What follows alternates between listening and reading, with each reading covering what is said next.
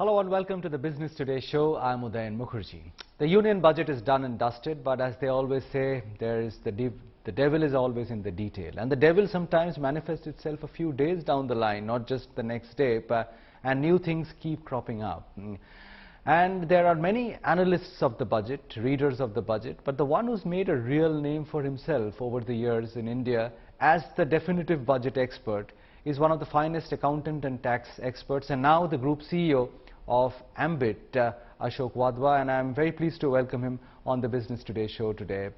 Ashok, great to see you on the show, and I want to begin by asking you, how did you make this name for yourself as the go-to man for all union budgets? Because for the longest time, since I've started covering business, it was always, what is Ashok going to say the next morning about the budget? How did you earn this reputation? Well, thank you for the compliment, Udyan, and very nice to be on the show. But you know, this I think goes to my previous life when I was running the tax practice in Arthur Andersen. At that stage, the only voice on budget was really Mr. Palkiwala, and as a youngster, many of us used to go and ensure that we got a seat literally at his feet, as close as we could, because hearing him was a pleasure, but being close to him and seeing his expressions was just a honor, absolute honor. So we kind of grew up in that era, hearing that budget speech. And then when Anderson started having a more robust tax practice, we thought it was a good idea to do a budget presentation. Initially, we used to do it a day later, and then as more and more competitive pressure came in, because more and more firms decided that it was a good practice to do a budget presentation for your client. Those days, remember, there was no Zoom. So it was all, you know, physical. There was no virtual, and we used to all have to book rooms way in advance at five-star hotels. But it was really largely for the clients, not for the, television audience. And that's really how the practice began during the days in Anderson's. And then, of course, television took over the primary show on the budget, and the practice, I guess, just continued from those days in Anderson's and then into my life in Ambit and RSM. Do you still find or unearth things in the budget a day later that you could not see while the speech was going on, and you're still surprised by some fine print? Or after so many years, you can more or less get everything done in the first day once you have the document? So clearly, it's very difficult to be able to both understand and express views on details in the budget document, which is why the initial reaction which comes either before the budget or just after the budget is, I would say, is not complete. It's not complete only because you don't have access to the fine print, and as you rightly pointed out, the devil is in the detail. But you know, once you have the fine print, I would think it needs a few hours for those of us who've been in the business long enough to be able to kind of understand what the detailed nuances are. Sometimes it does need a debate between more than 2-3 people to be able to figure out exactly what the essence of the clause or the amendment in the budget is. But I would say by the end of the first day and by the beginning of the second day, when you've read all your newspapers, you're pretty much up to speed with whatever is there in the budget. Now, I ask you because on the evening of the budget, I got a lot of very excited calls from some global investors I have not heard from in a long while, expressing great surprise about the gift city exemptions which have been given, and many of them said, you know, P-notes are back and this is like P-note plus. So it took me a while to figure out what they were talking about, but you must have crunched the numbers. Do you think this is going to be a big door opening up for those old P-note investors post the ban? Certainly from a gift city perspective, it is a huge win. I think the government over a long period of time has already indicated its desire and made certain amendments to relocate a lot of the financial services activity done on the Indian market, but where the managers and much of the back office activity has been located outside of India. About 3 years ago, government made an amendment in law, which I think was the first definitive sign of the government implementing its vision of wanting to bring back the Indian financial think tank back to India, when they said that if global managers currently sitting outside India but investing in India were to relocate to India, then their presence in India would not constitute permanent establishment. Now that regulation, when it got announced, I mean the announcement was big. When the regulation got converted into fine print, there were lots of details which made it a little impractical. And since then, a couple of other amendments have been made to simplify that regulation. I'm not saying it's all there, but clearly government is serious about implementing its vision about bringing the Indian financial think tank back to India. Why should somebody investing in India be sitting in Singapore and making that investment? Why not relocate him to India and provide some element of tax neutrality, which was really the reason why people were either locating themselves then in Singapore or Dubai. I guess P-notes is one such other important instance. We do know that there were billions of dollars invested in the Indian market through P-notes. These P-note structures were all created in different global jurisdictions. And I guess what the government has said is, why not try and find a way to relocate this in India through the GIFT City and give GIFT City even larger credibility and greater footprint to be able to now do much more and become a competitive center to Dubai, Singapore, London, any other jurisdiction that's been used thus far. You would go to the extent of saying that this is much superior to even the people who are coming in through the Mauritius Treaty earlier? I would say so. I would say so, Dhyan. Again, I'm not commenting about the legitimacy of the P-note structure itself, but there one of the concerns government had was we need to have greater diligence done to ensure that only the right and credible, acceptable investors are able to use P-note to invest in Indian market.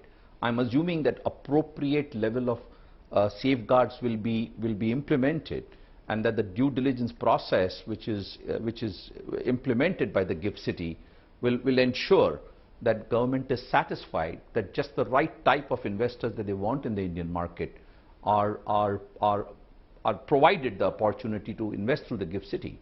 But just comparing it with Mauritius, I would say yes, this is a much more superior, more than even superior, provides greater element of tax certainty to the Mauritius Treaty. And let me explain to you in a minute why.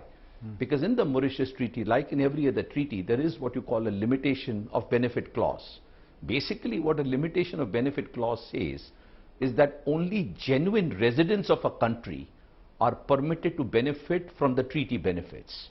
Now, you could be a genuine resident as a P-note issuer, but as a P-note subscriber whose identity was not known and who's ultimately the beneficial owner, you may or may not be a resident of the Mauritius Treaty.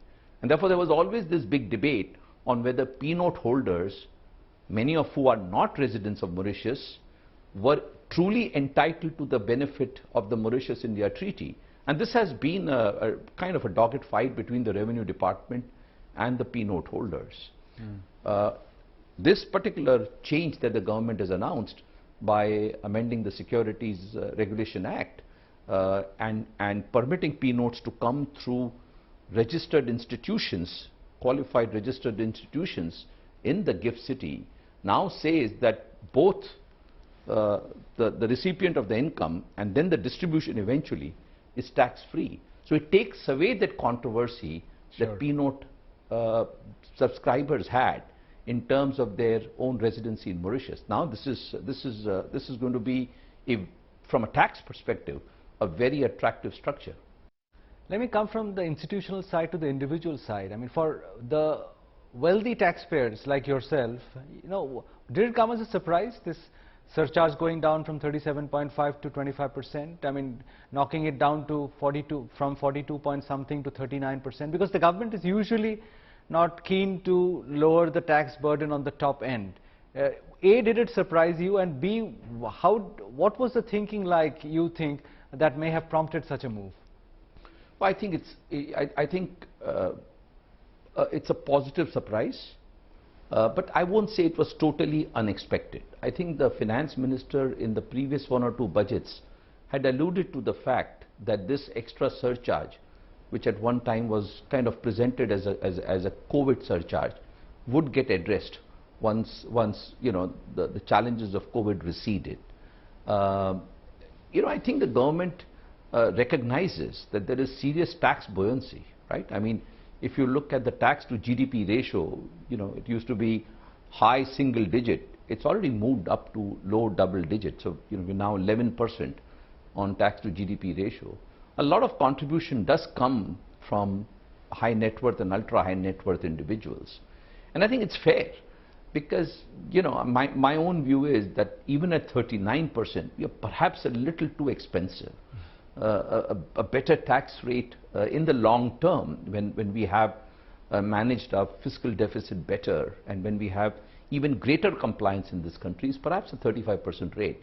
And where government has been so kind and generous in reducing tax rates for corporates, first to 25 and now for manufacturing companies to 15, why not provide similar benefit to the uppermost tax rate and bring it down to 35%? So I think it's a very fair move.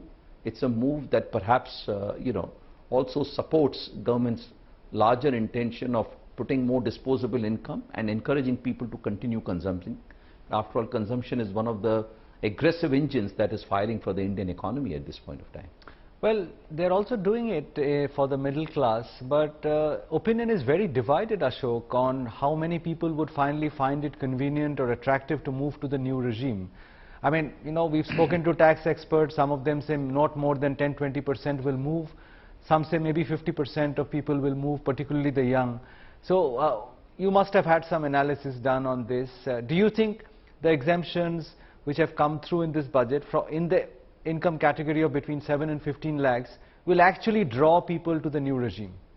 It will be a slow process, but the Revenue Secretary in his post-budget speech said it quite clearly.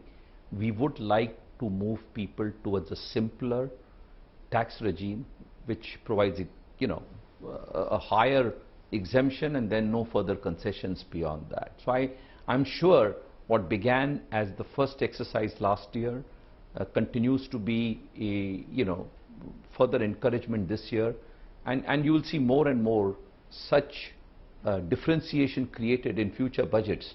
If that's the government's intention, then that's where the government will take everybody. And in the longer run, a simple tax return with a simple tax regime, faceless tax assessment, will address a lot of pain that we've been complaining about from the past. Having said that, there is one challenge, and you saw what happened to the life insurance companies, which is that, historically, we have all grown up in planning our taxes with these tax concessions, ATC, ATCC, ATD, a variety of sections. One of them, of course, is insurance premium paid for your life. And when you move people to this regime, you are making that insurance policy, certainly from a saving perspective, less attractive. So protection and saving were the two reasons why people took these insurance policies. You're taking out one of the two incentives. And Indians are driven. We are driven. We've grown up thinking about saving taxes, and we are driven by that. So it's a little unfair to the insurance companies, but I think in the long run, a simple tax return, a simple tax regime and faceless assessment are really the way to go. I was talking to Sanjeev Bajaj about this thing yesterday, this insurance thing, and of course it had come as a surprise to him, as most insurance companies. But how big a blow is it, you think, for them?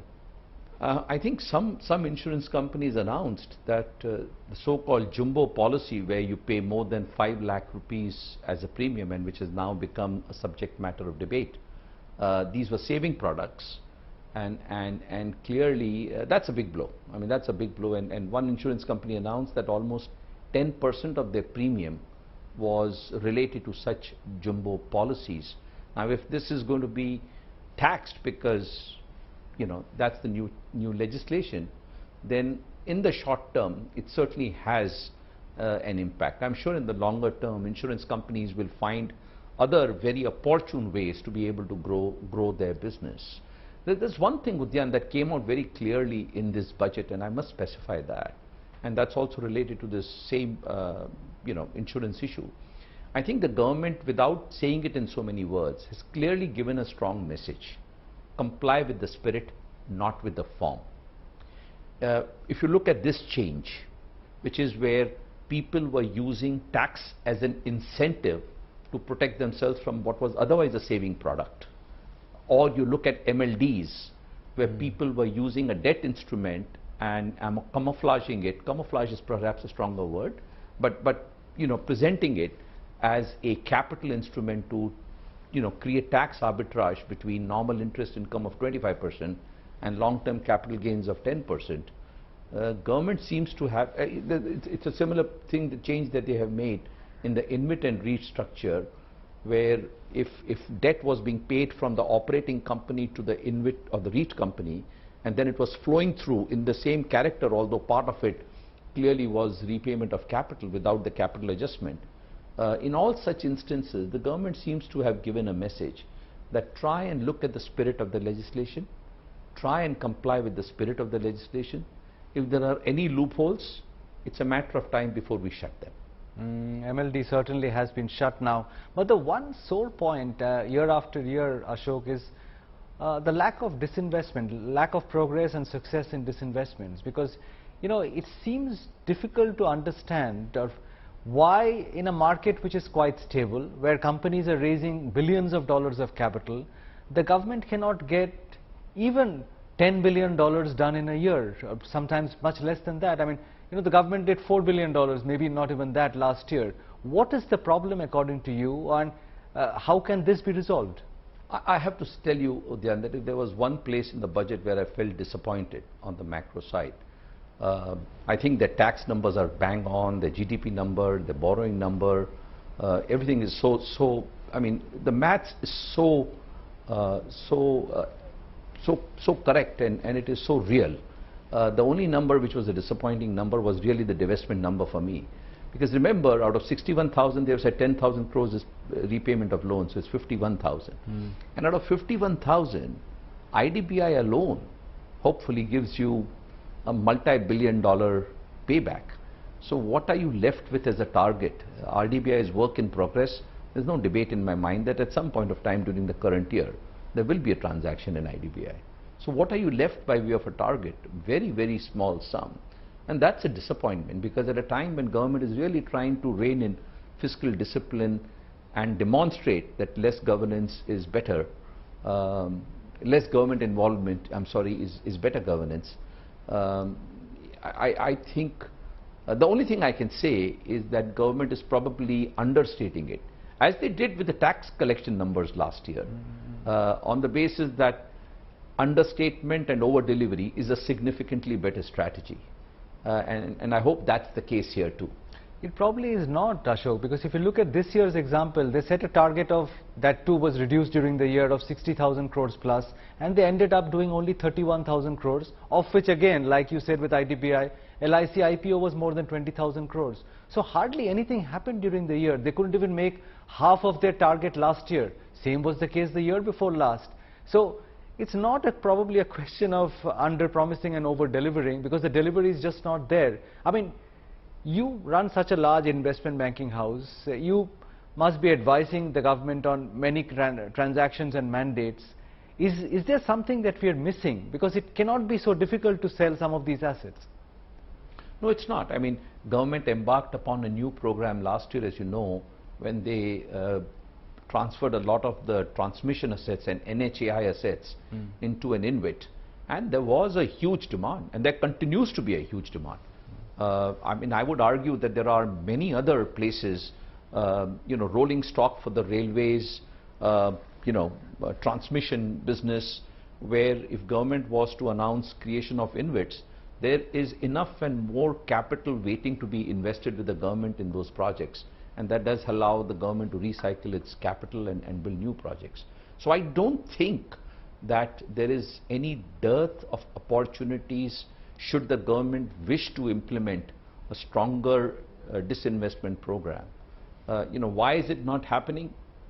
Very, very, very unclear to me, honestly, because the opportunity is out there for sure. You made the point about the expectation being that there will be less government and more corporate ownership of these assets. The same thing was pointed out yesterday by many industrialists who said, or some mild critics of the budget who said, the government is doing the heavy lifting year after year with capex as well. And we thought that the government would recede from the picture and the corporates would be doing the heavy lifting. Is that a bit of a surprise that, contrary to the stated position many years ago, that the government would recede and cede this business space to India Inc., the opposite seems to be happening now. So let's break it into two parts, general capex and infrastructure. I mean, let's face it, government has to do heavyweight lifting on the infra projects. We see this around the world where large infrastructure projects are being implemented, and India does need significant amount of that. That the private sector is a little slow and eventually tends to catch up.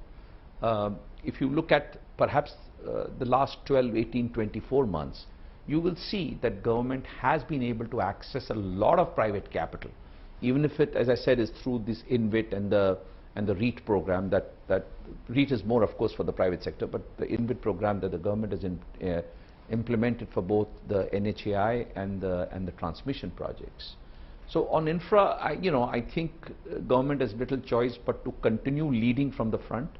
Also remember, it does have a multiplier impact on employment, which has been one of the other reasons we've been kind of watching and seeing how the government expense and allocation to infrastructure works. On the private sector capex, the other piece, we are all a little disappointed that private sector has been a little slow, but you can attribute it to two reasons. To begin with, corporate balance sheets were rather stretched, and the banking sector balance sheets were even more stretched.